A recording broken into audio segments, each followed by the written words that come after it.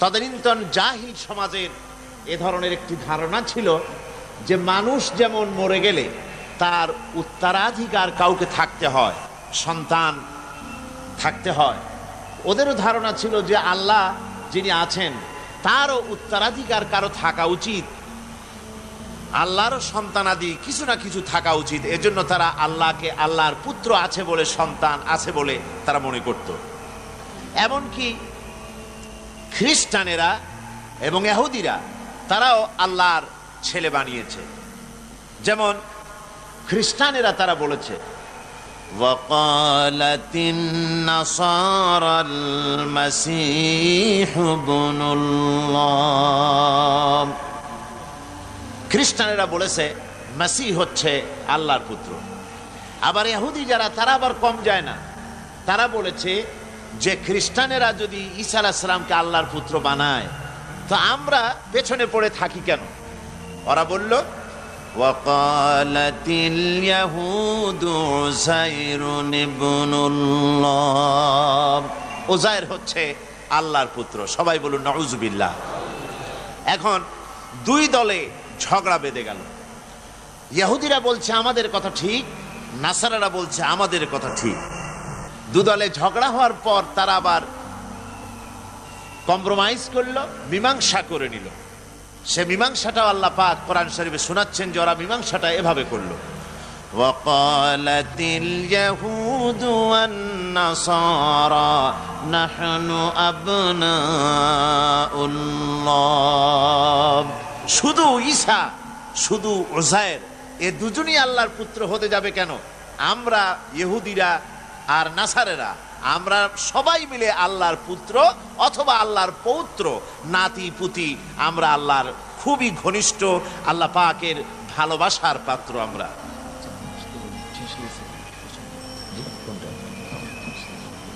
মফিজুর রহমান সাহেব আমাকে বললেন যে লোকেদের বহুত কষ্ট হচ্ছে, দাঁড়াবার জায়গাও সংকীর্ণ হয়ে যাচ্ছে, তো আপনারা কর্তৃপক্ষের পক্ষ থেকে উনি অনুরোধ জানিয়েছেন, আমি অনুরোধ করছি যদি আপনারা একটু সামনের দিক চেপে আসেন তো শীতের মৌসুম, কষ্ট হওয়ার কথা না, অন্য ভাইরা একটু জায়গা পেয়ে যাবে। আপনারা একটু নড়ে চড়ে সামনের দিকে, মঞ্চের দিকে এগিয়ে আসেন, পেছনেও তাকাবেন না, দাঁড়াবারও দরকার নাই, দাঁড়াবার তো দরকার নাই, সামনের দিকে আপনারা একটু চেপে এগিয়ে আসেন।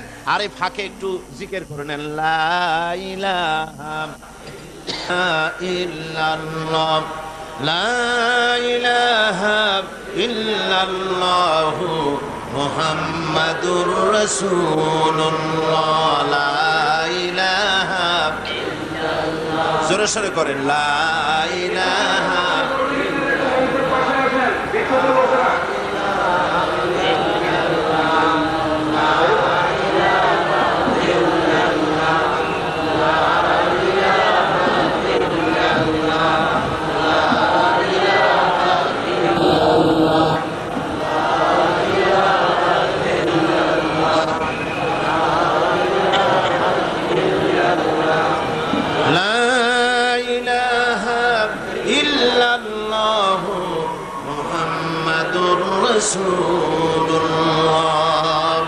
ভাই, এত সময় তো দেওয়া যাবে না, তাড়াতাড়ি করে বসেন, তাড়াতাড়ি বসেন, আর দাঁড়িয়ে থাকবেন না। আর যারা দাঁড়িয়ে ছিলেন ফাঁকে আপনারা জায়গা করে নেন, বসে পড়েন।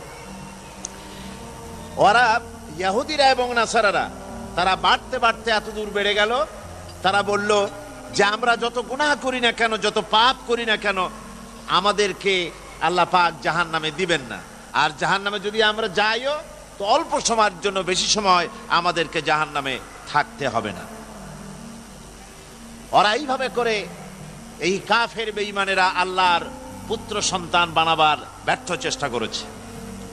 আল্লাহ রাব্বুল আলামিন বলেন, وقالوا اتخذ الله ولدا سبحانه بل له ما في السماوات والأرض كل له قانتون, ওরা আল্লাহ রাব্বুল আলামিনের সন্তান আছে, পুত্র আছে যারা বলে, আল্লাহ বলেন এর থেকে আল্লাহ পাক পবিত্র, আল্লাহর কোনো পুত্র নাই, কোনো সন্তান নাই, বরং আকাশ ও জমিনের একমাত্র মালিক হচ্ছেন তিনি, এবং যা কিছু সৃষ্টি আছে আল্লাহর সব আনুগত্যের মস্তক তার সামনে অবনত করে দিয়েছে।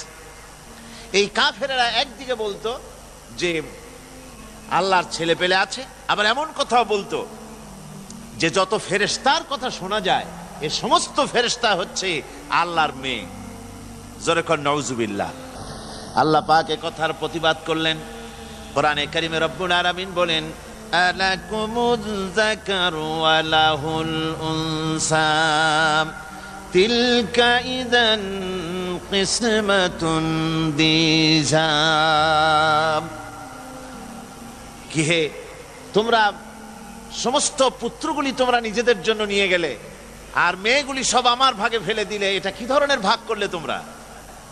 মানুষেরা আল্লাহ রাব্বুল আলামিনের এভাবে পুত্র বানিয়েছে, সন্তান বানিয়েছে। আল্লাহ পাক বলেন আমার কোনো পুত্র নাই, আমার কোনো সন্তান নাই। সূরা ইখলাসের ভিতরে কথাটি আল্লাহ পাক একদম পরিষ্কার করে দিয়েছেন। আল্লাহ রাব্বুল আলামিন বলেছেন, কুল হুয়াল্লাহু আহাদ।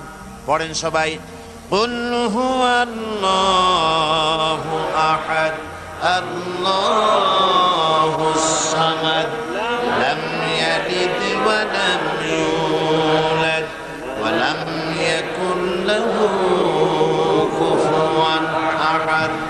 আল্লাহ বলেন, নবী আপনি বলে দেন আল্লাহ এক এবং একক, তিনি নিরঙ্কুশ, তিনি বেনিয়াস, তিনি কারো মুখোপেক্ষী নন, তিনি কাউকে জন্ম দেন নাই, তাকেও কেউ জন্ম দেয়নি। আকাশ আর জমিনে আল্লাহ রাব্বুল আলামিনের সমকক্ষ কেউ নাই। জোরে বলেন সুবহানাল্লাহ। তিনি এক, তিনি একক, তিনি নিরঙ্কুশ, তার কোনো সন্তান নাই, তার কোনো স্ত্রী নাই। আল্লাহ রাব্বুল আলামিন এরপরে তিনি বলছেন যে আমি তোমাদের জন্য আল্লাযী লাহু মুলকুস সামাওয়াতি ওয়াল আরদ ওয়া লাম ইয়াত্তাখিয ওয়ালাদান ওয়া লাম ইয়াকুন লাহু শারীকুন ফিল মুলক। তার রাজত্বের ভিতরে কোনো অংশীদার নাই, কেউ নাই, কোনো অংশীদারিত্ব তার ক্ষমতার মধ্যে নাই। সব কিছুই তিনি সৃষ্টি করেছেন, আর সব সৃষ্টি করে তার জন্য নির্দিষ্ট একটি তাকদীর তিনি তৈরি করে দিয়েছেন। অর্থাৎ সবকিছুই সৃষ্টি করেছেন, আর সৃষ্টির পর তার চলার পদ্ধতি, তার খাওয়ার, তার আহারের, তার আত্মরক্ষার সব কিছু কি আল্লাহ পাক ঠিক করে দিয়েছেন। যেমন হাঁস সৃষ্টি করেছেন, হাঁস সৃষ্টি করে তাকে আবার পানিতে সাঁতার কাটাবার সাঁতার শিক্ষা দিয়েছেন। এ সাঁতার কিন্তু কেউ শিক্ষা দেয়নি। হাঁসের সাঁতার কে শিক্ষা দিয়েছেন বলুন? আল্লাহ পাক। মুরগির বাচ্চা, এই বাচ্চাটা ডিম থেকে বেরোবার পর তাকে, সে একটু বড় হয়েছে, এই অবস্থায় যদি তাকে পানিতে ছাড়েন, সে কি সাঁতরায় কিনারে আসতে পারবে? পারবে না। কিন্তু হাঁসের ডিমের থেকে বাচ্চা তুলে যদি বাচ্চা বেরোলো, এরপরে যদি তাকে পানিতে ছাড়েন, সে ডুবি কি বাসি, মরি কি পড়ি, কোনো না কোনো কায়দা করে কিনারায় চলে আসবে। কাজে এই হাঁসকে সৃষ্টি করা হয়েছে, তার সাঁতারের ব্যবস্থাও করে দেওয়া হয়েছে। মৎস্যকে সাঁতার কাটার শিক্ষা দেওয়া হয়েছে, পাখিকে ওড়ার শিক্ষা দেওয়া হয়েছে। আবার প্রত্যেকটি জিনিসকে, সাপের হিংস্রতা, বাঘের ক্ষিপ্রতা, এমনি করে প্রত্যেকটি জিনিসকে সৃষ্টি করে তার সব কিছুর তাকদীরকে, তার চলার পদ্ধতিকে আল্লাহ রাব্বুল আলামিন নিয়ন্ত্রিত করেছেন, পন্থা শিক্ষা দিয়েছেন। তার উন্নতি, তার উত্থান, তার শক্তি সবকিছুকে আল্লাহ পাক সঠিকভাবে ঠিক করে দিয়েছেন। হযরত ইব্রাহিম আলাইহিস সালাম তার পিতা, সে রান্না করে কোথায়, এসব চিন্তায় একেবারে ব্যাকুল হয়ে পড়তাম। কিন্তু আমরা যখন বড় হয়েছি, লেখাপড়া শিখেছি, তখন দাদি নানির ওই সমস্ত কথা আমরা কি এখনো বিশ্বাস করি নাকি? কি বলেন? পুরা করেছেন আল্লাহ রাব্বুল আলামিন, পুরা করেছেন। মানুষেরা বোঝে না, না বুঝে তারা গান বানিয়েছে, কেউ ফেরে না। কি খালি হাতে খাজারে তোর, দেখছেন কাণ্ড, সকলের মুখস্থ।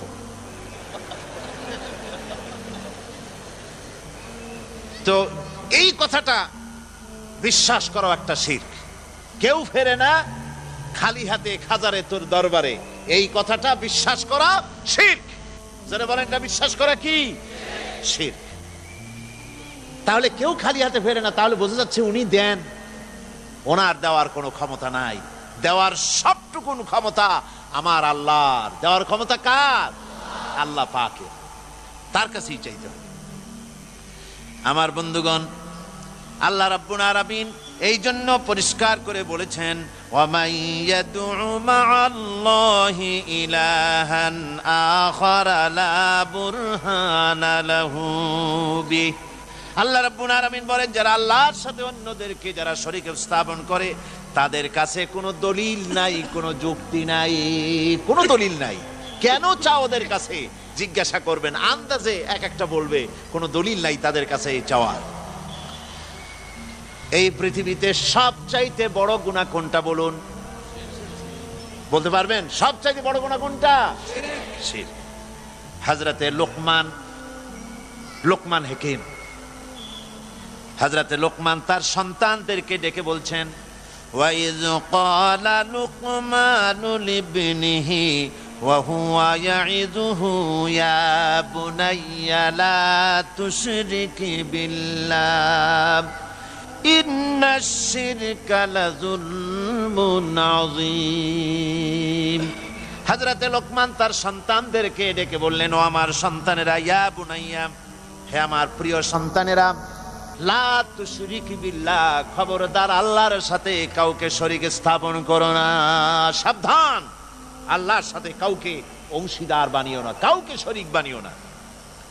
ইন্নাশ শিরকা লাযুলমুন আযীম, নিঃসন্দেহে শিরক হচ্ছে মস্ত বড় অপরাধ, মস্ত বড় জুলম। তার কারণ কি? কারণ হচ্ছে, আমি এই দৃষ্টান্তটা মাঝে মধ্যে দিয়ে থাকি, আপনাদের হয়তো মনে পড়বে, আবারও আমি সে কথাটা শুনাই। দেখুন, স্ত্রী স্বামীর সাথে যে ধরনের প্রেম বিনিময় করে, যেমন ইনিয়ে বিনিয়ে ভালোবাসা প্রকাশ করে, এইভাবে যদি স্বামীর সামনে আর একটা পুরুষের সাথে অথবা স্বামীর অগোচরেও আর একটা পুরুষের সাথে ইনিয়ে বিনিয়ে কথা বলে ভালোবাসা প্রকাশ করে, আর এই খবর যদি স্বামীর কাছে হয় অথবা স্বামীতে দেখে, তাহলে এটা স্বামী কি বরদাস্ত করবে? করবে না। কোন দুশ্চরিত্র স্বামী ওটা বরদাস্ত করবে না। স্বামী মনে করে যে আমার চরিত্র যতই খারাপ হোক, বউটা ভালো থাকা চাই।